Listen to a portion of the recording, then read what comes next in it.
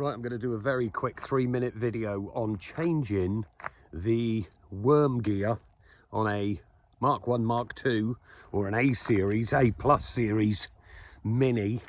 Because of the access being so difficult, I put out a mercy call to a guy, or to somebody responded on Facebook, a guy called Baz, I'll get his name for the end of the video, to see whether or not I had to take the engine out to get access to the worm gear area down by the gearbox, which is in there, and in there. However, you can't get to it through either of those holes I've just showed you. You have to. So the best thing for me was to jack the car up and shuffle under, as you can see. Belt and braces, I've got blocks and chocks everywhere. However, you go under, hand up and over, which is really tight. Don't expect to hold any tools. And firstly, you have to take the bolt out that holds the retaining collar, and I'll show you that right now. So for those that have got one, that's the worm gear, that's the retaining collar. That sits in like that in the engine and is bolted with this tiny little bolt. So to get that bolt out, which is all the way down below there, sorry, with the retaining collar on it, this little thing needs to come out. So you can then take that off and then pull this whole assembly out. This came out with the cable, this bit got stuck still in the gearbox. However, I'll give Baz another call and I'll tell you the outcome of that in a minute. But that's how you get your worm gear out, and you check this for wear and any movement on the shaft. The best way I found, use the longest socket set down through there, and then it's spied through this hole here, and locate it on the top of the nut and undo it that way. That's if you don't want to take the engine out. It is possible, it can be done. Baz talked me into it, so that's how I got on and done it. Once the bolt's out, this comes out, your collar comes off, the collar comes off. However, your worm gear is still in the recess of the engine, and that was jammed in. Such limited gap down there. I gave Baz a call. He went, "Oh mate, all you have to do is knock it with hammer." Now this old boy's been working on Mini since 1959 when they were first developed. He's an absolute legend. He said, "Oh, just knock it with hammer." So I came out after an hour of trying this, tapped it with a hammer, came straight out in my fingers. So thanks to Baz for that. This is my one that's come out. I'm now going to do the repair on this and see how I get on putting it back in. It should be just the reverse of taking it out, but it is absolutely possible to change the Speedo drive. Well, I'll confirm when I've got it back in. Change the Speedo drive on a Mark 1, Mark 2 with the engine in, and just by scrambling and getting in underneath it. Wish me luck. See you in a sec. So I'll just give you a top tip.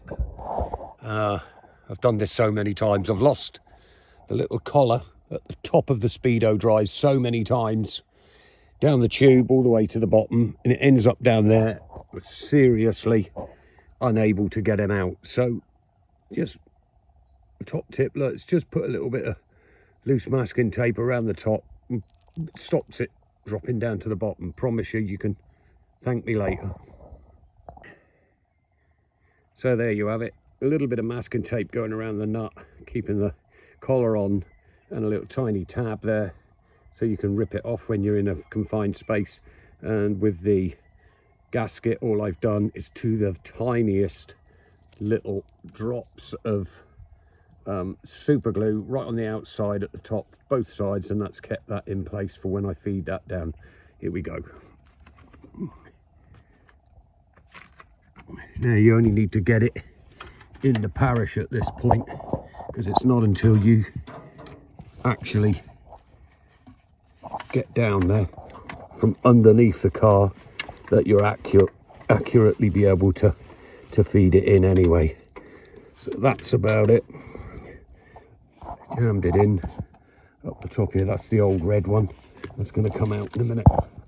But the black one is sat there ready to be pulled down and into place once I'm in underneath. Okay, so the outcome of a long day, emotional but doable with the engine in.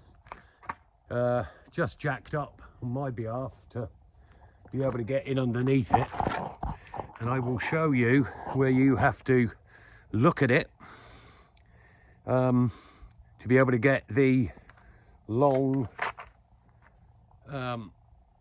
socket set on it. It looks a bit Heath Robbins. Well, it is Heath Robbins, but that socket is all taped on and the angle is taped there so that you can get it down the car, in and around to this socket wants to go.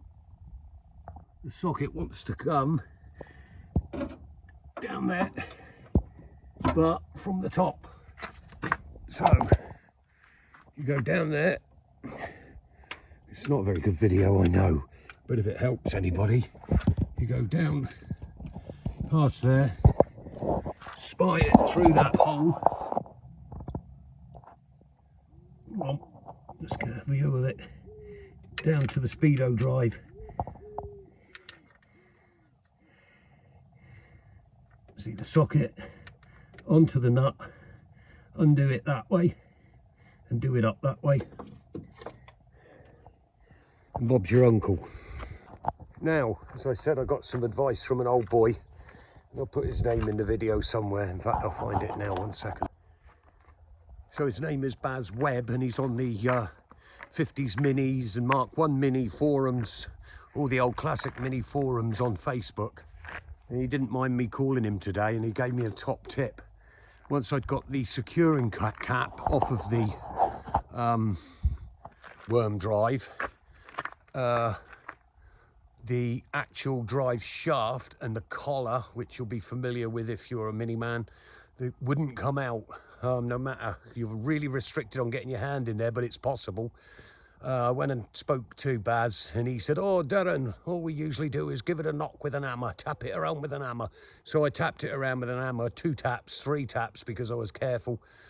Mate, it came straight out, so thanks to Baz for that one, Baz Webb. It's in.